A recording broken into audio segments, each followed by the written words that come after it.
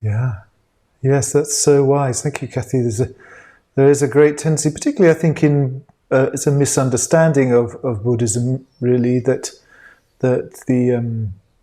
it's about emptying your mind, and often people think that means emptying thoughts. But as the Buddha was very clear, and Buddhist thinking, again, I'll put that picture back up.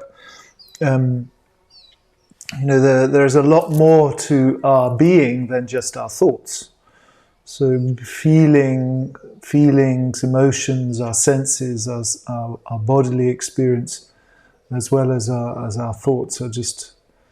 There's a famous parable he talks about, the Buddha talks about these aggregates. He calls these four fields, all the stuff, the particles of our life, the four aggregates. Well, actually, there are five aggregates. But the four bits, bobs that make up our existence.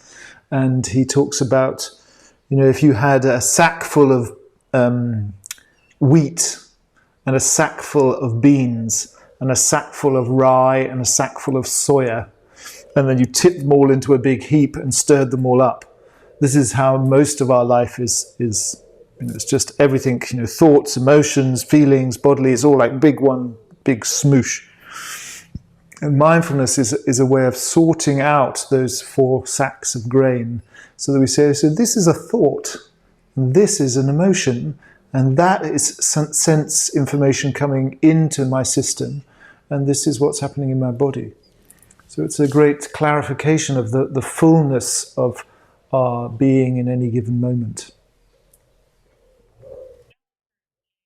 Jane, how are you?